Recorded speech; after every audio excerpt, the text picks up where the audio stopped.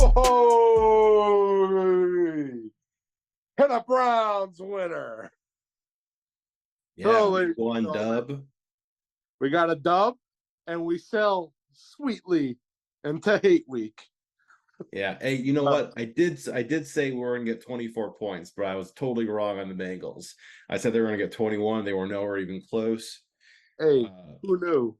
yeah, messy game, but there was two teams playing.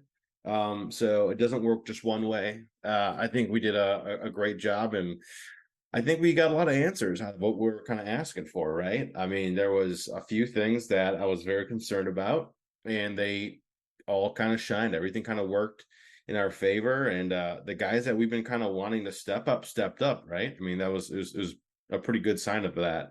Um, we got the win, and they said there's a lot of guys that shine, man. Grant Delpit is one that's like stood out to me, and I thought that played extremely well. Uh, what are your thoughts on the game, and who do you think is like a key person that kind of really helped out? Okay, well, I have been a big critic of this man ever since we started this show. Um, Kevin Stefanski, come get your flowers, man. You called a football game, and it was beautiful. It was artwork. Um, the Browns. I was a little scared about this game coming up. Did I feel confident? Of course. It's just for whatever reason we have Cincinnati's number. Um, but there was a lot that went into this game. Like the weather. It was a 10% chance of rain going into this game, and it turned out to be a slop fest. And both coaches had to basically change their game plan on the fly because, you know, the passing game wasn't all there for either side. Sure, the Bengals may have had a little more of an excuse with Joe Burrow, but if you're going to make the same excuse for the weather, you're going to make the same excuse for Deshaun Watson. But before we get into Deshaun, I want to keep on talking about Stefanski. The things I was really impressed with was just the mixing and matching of the game. It felt like all right, we got a franchise quarterback. We're gonna let him take shots. They took shots all the way through the whole entire game.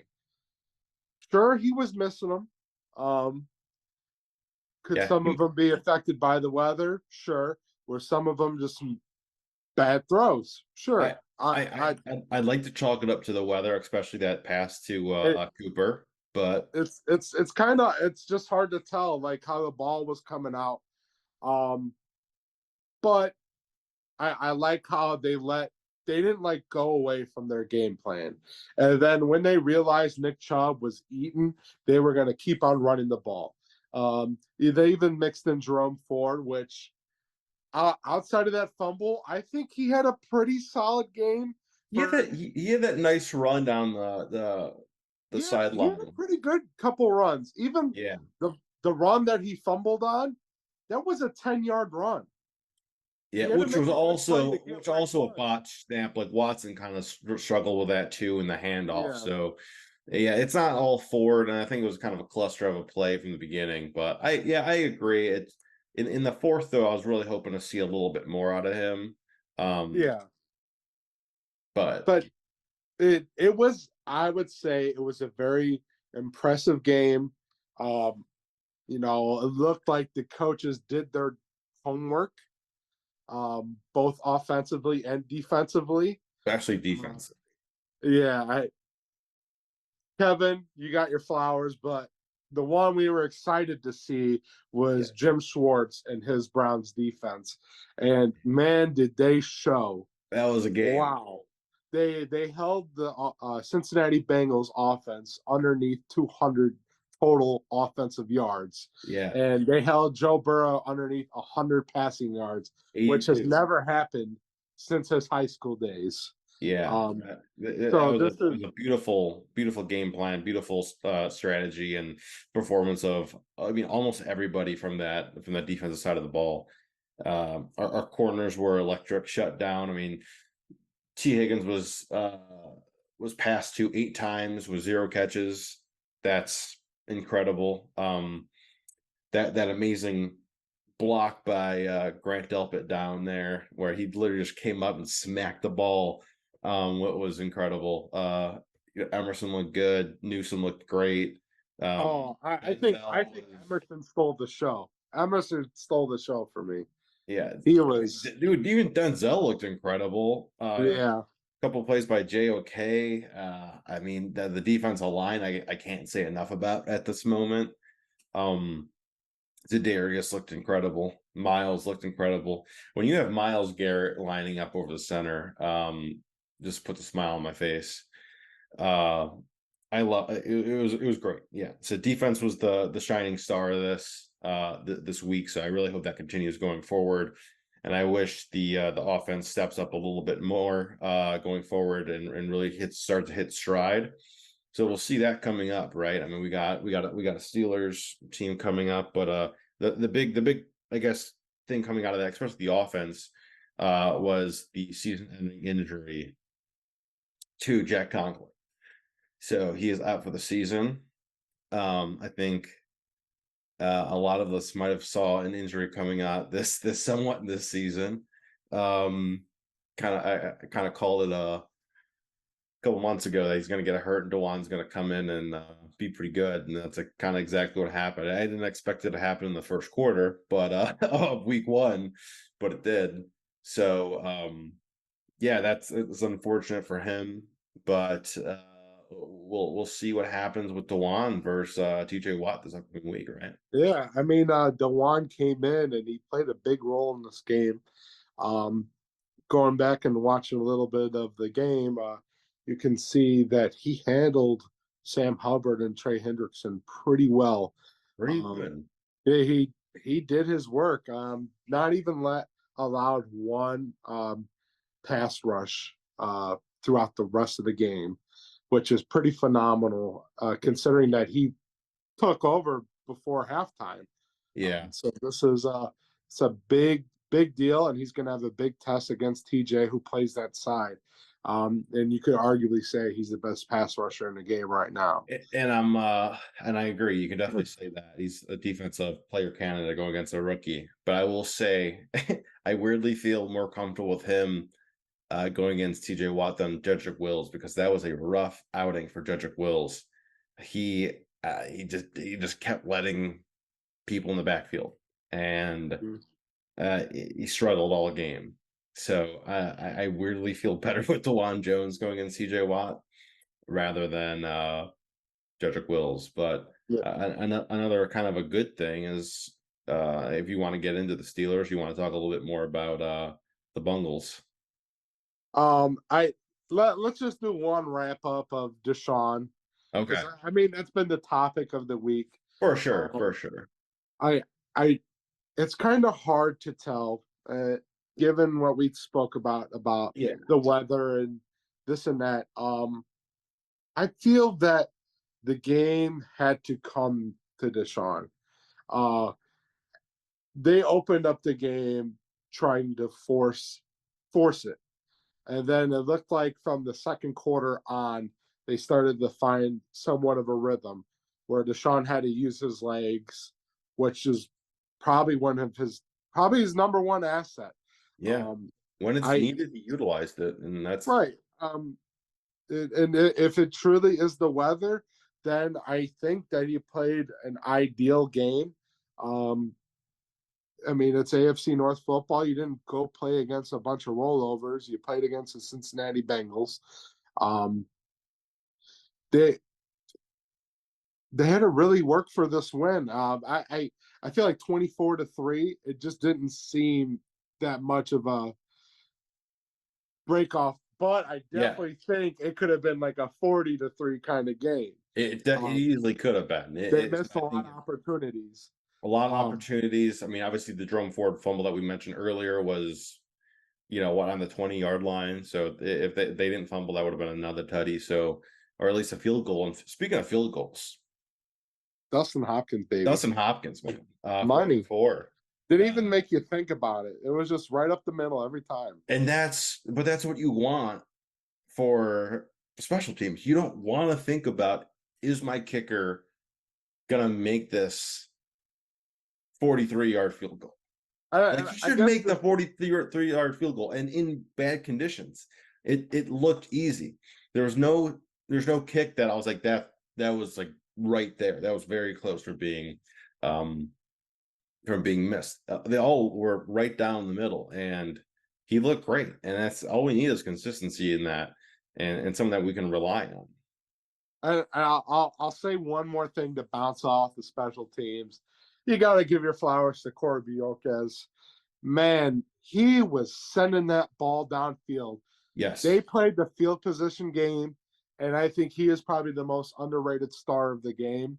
agreed. Um, for considering how many times they punted the ball, they pinned Well, them within the 15-yard line well, a couple times because and of when you him. look at it on the Bengals' perspective, look at their kicker.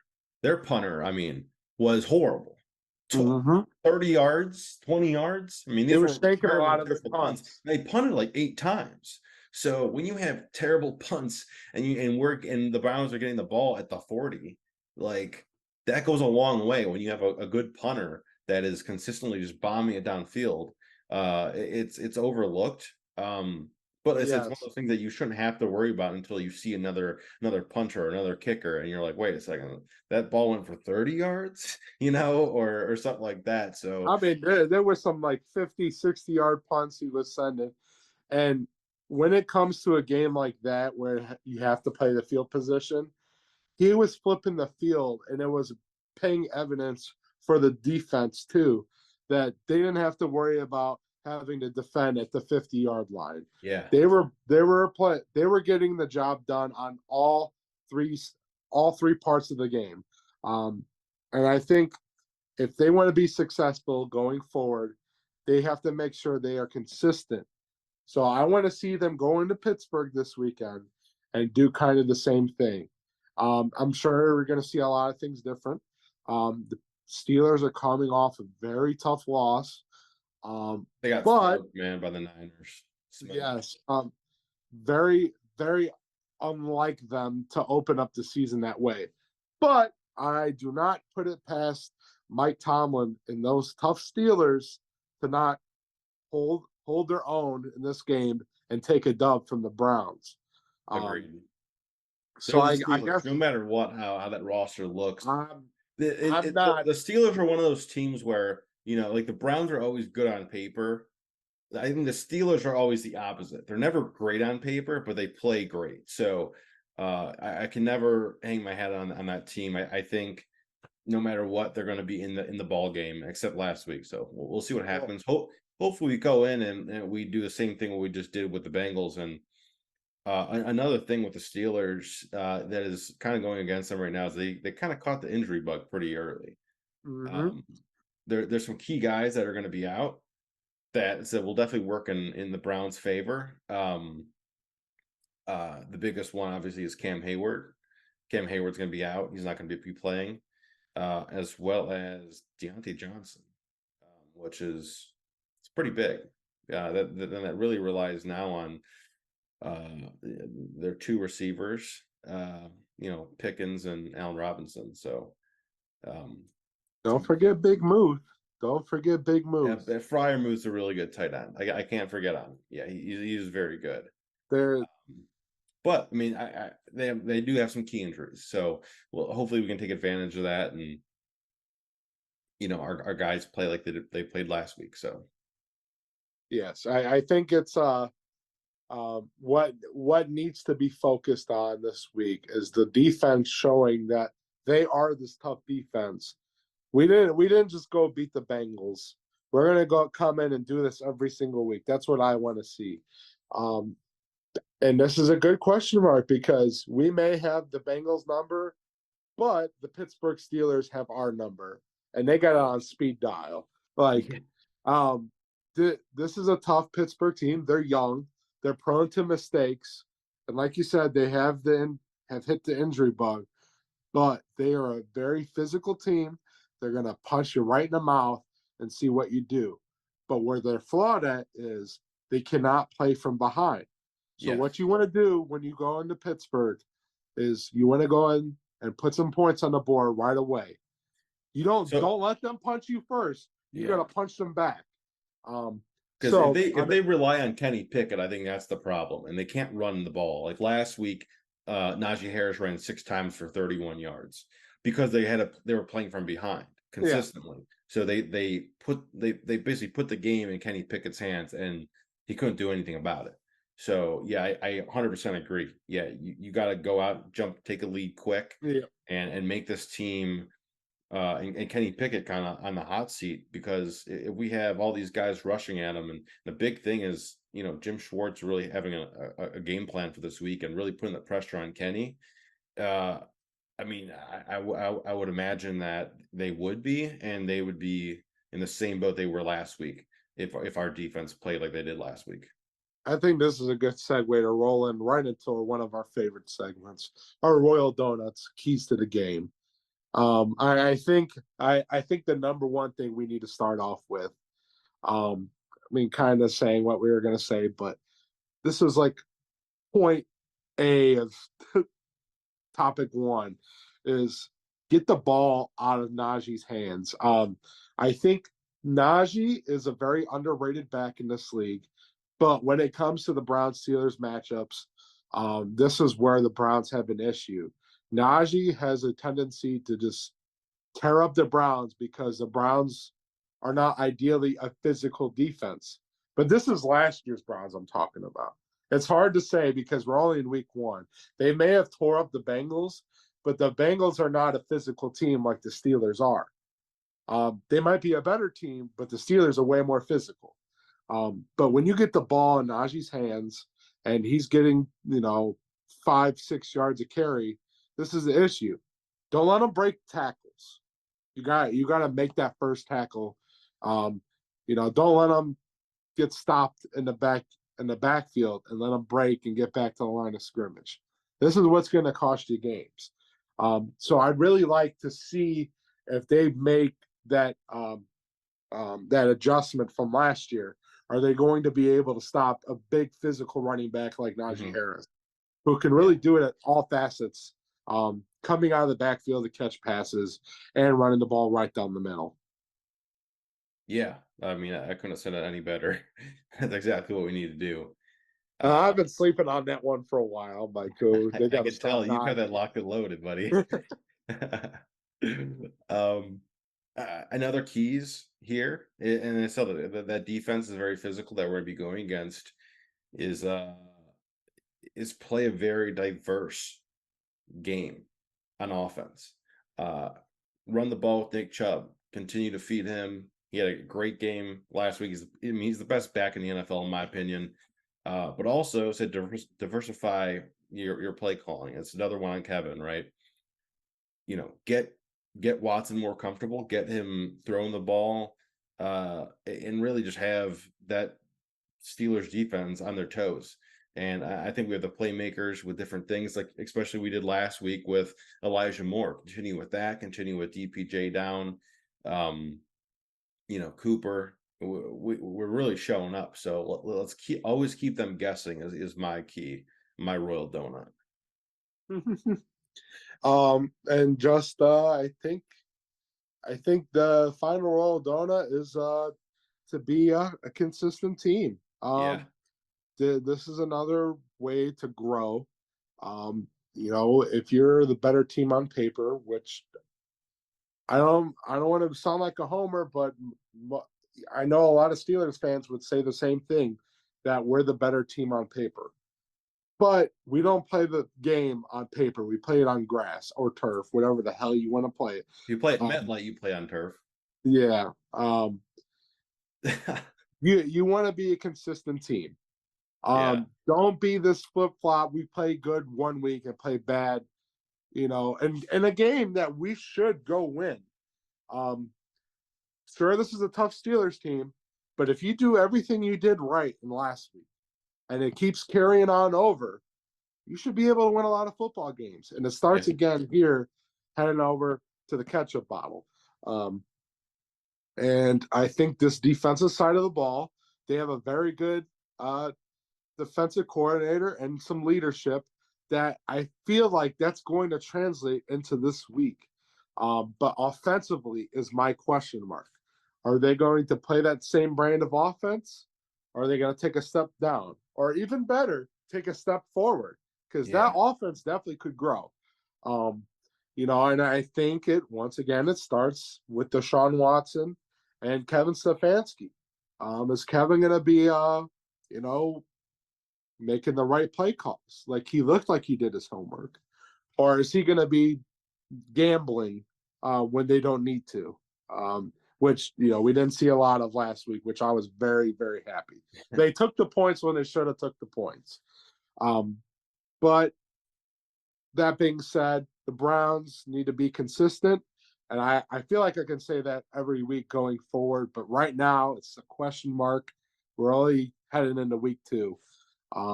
So I think that being said, I think it's to roll over our cowtails for this Yeah. week's game. Yeah, I would, if I was to throw one out there right now. I mean, I do think going into this game, the energy is in our favor, right? Like a lot of those guys looked like they're having fun. They look electric. They look like they're having a good time. They look like an actual football team that enjoys playing with each other. And there's no individuals, right? The individual aspect has been, I think, the biggest weakness of the Browns for the last decades, basically, last decade or two, is that they play as individuals. And I think the team that we saw on Sunday were playing as a group. And I think that if that continues and the energy keeps building and building, this could be one of the best teams in the NFL. But and it's a big but, as we've seen before, it could also just go completely off the rails. So that's my concern for it. But if I'm throwing a cowtail out here, I'm throwing mine at Jim Schwartz is the first one. Is just, yeah, be consistent and really just put it in Kenny Pickett's hands and just keep pressuring him and pressure him, make him uncomfortable, make him make bad decisions, and really stop Najee. So we take that lead, right, on and get those points, and Najee is basically going to just become a receiver, and Pickett just kind of has to throw the ball just to keep up. Make him uncomfortable. Stop the run. Make it Kenny's game, and then pressure him. Make him uncomfortable. Get some interceptions. Get some fumbles. Whatever you want to do, man. I think the secondary is up for the task, but that defensive line looked scary last week, so I want that to continue. All right, well, Mike, you gotta let me steal the last 2, man. I Go for I it. got Go some for it. I got some good ones. All One right. we spoke about already, and it's the rookie and DeJuan Jones. Big fan of. Yes, sir. Um, you know, he's got a big task at hand. A lot of hype in the preseason. Did a great job filling in for Jack Conklin. But here's the real test. It's not going to get any better than this one. And that's stopping I think, the league's best pass rusher in TJ Watt.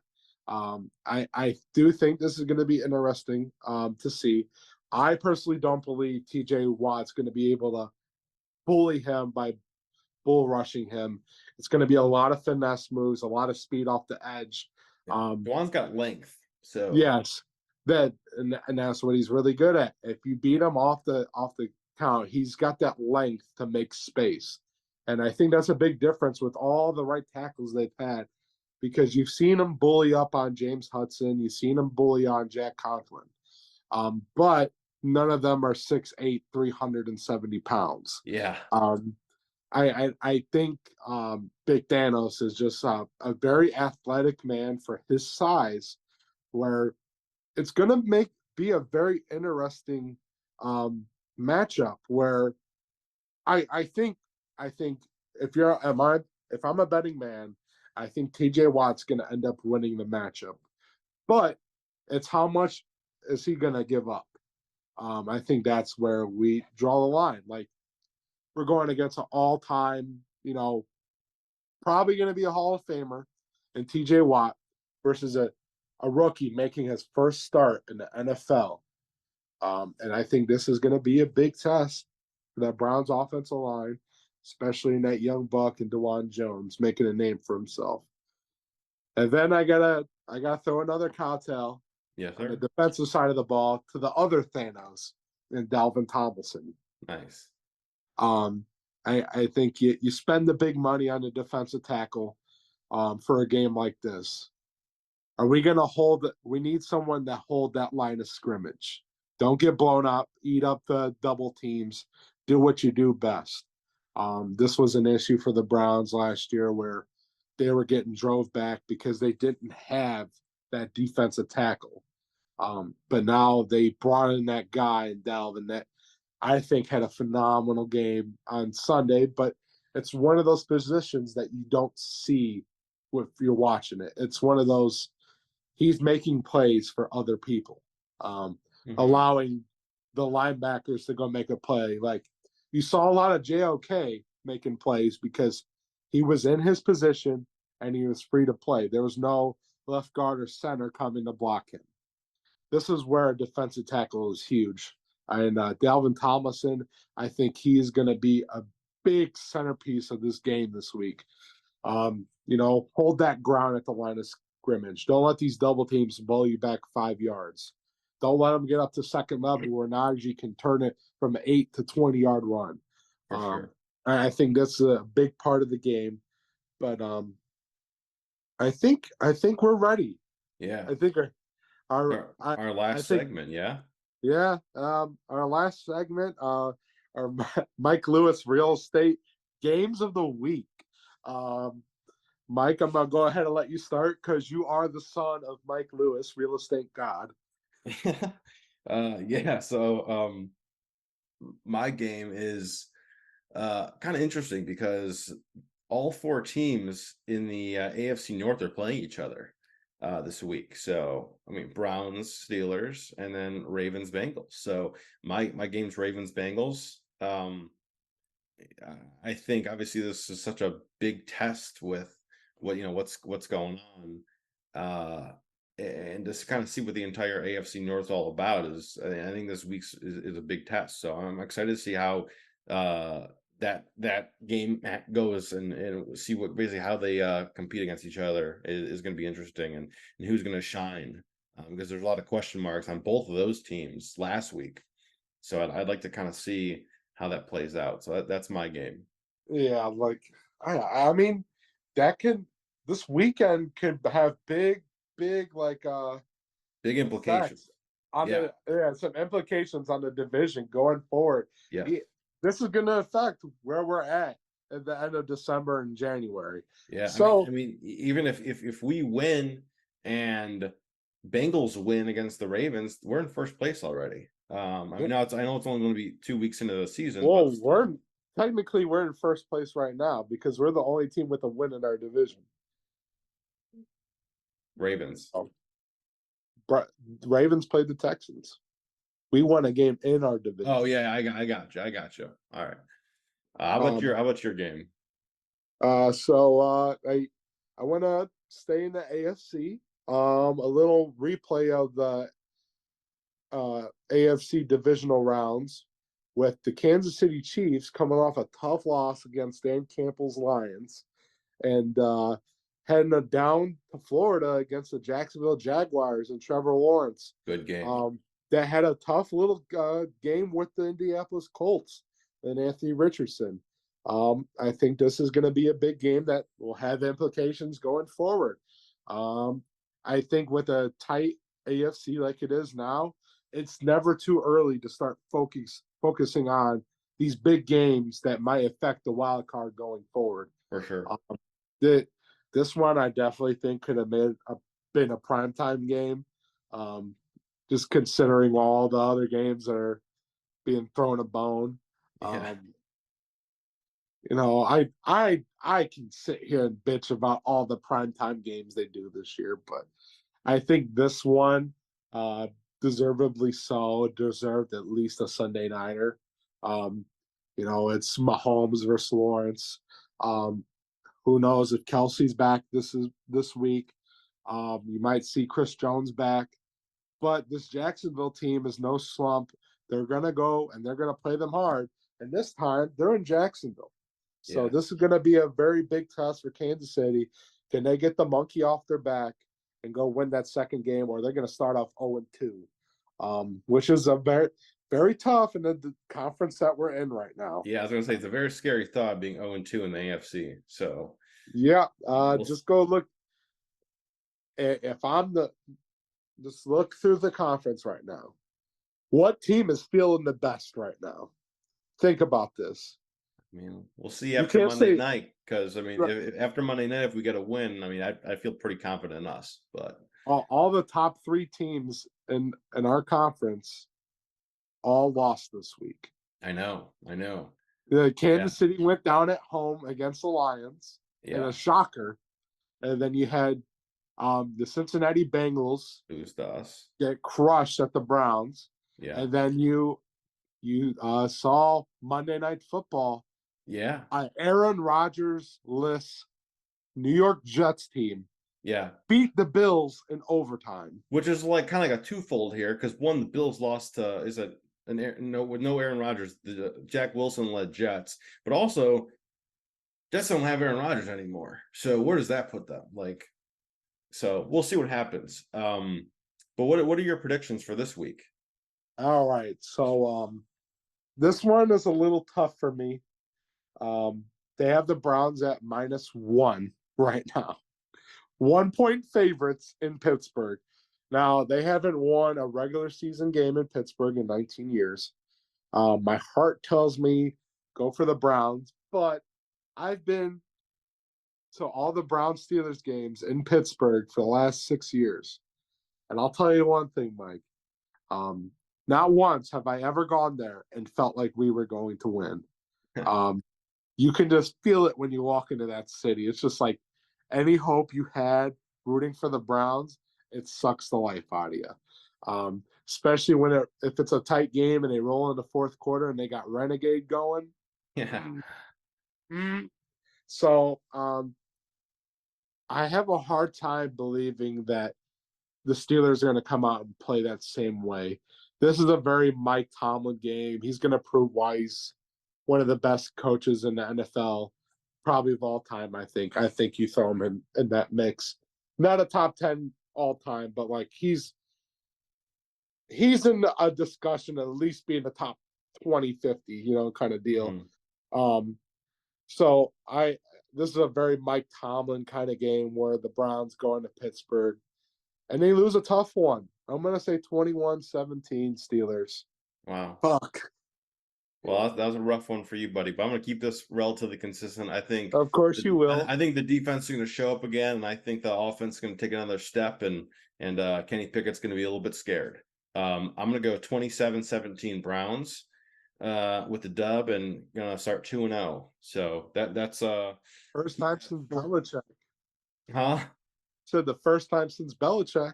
I mean, I think it's going to happen. I feel pretty confident. That from what I've seen from Kenny Pickett, I feel pretty confident in this week. But the only thing is how the Browns going to play, right? So, but that's my prediction. I think we're going to do good. I think we're going to get the win. I think I'll pretty much always go with the Browns to win it. One more final thing about this game this week. It's a uniform check game. Oh yeah, dude. Breaking out the all white throwbacks with the white helmets. Oh man, I can't wait to see those underneath the lights, man. It's gonna look so clean, dude. It's gonna look so clean. I'm so excited for that. I'm a big fan of those unis. I'm a big fan of the unis. I want to see them in person now. So yeah, they're gonna complement the Steelers black and gold very well. It's gonna just be one of those games you go to or you watch that you're gonna see that both uniforms I'm just a uniform nerd. They just complement each other very well. Yeah. And it's like, okay, this is a rivalry game. I'm excited to see it. The all white everything is the best look in all sports, whether it's Penn State or, BYU or the Bengals all white and black. Well, we'll find out when we'll see on Monday night. So thank you all for watching. Appreciate it. Until next week, go Browns. Go Browns. Go Browns. Go Elves. Go Elves. The Browns is the Browns. Go Brownies.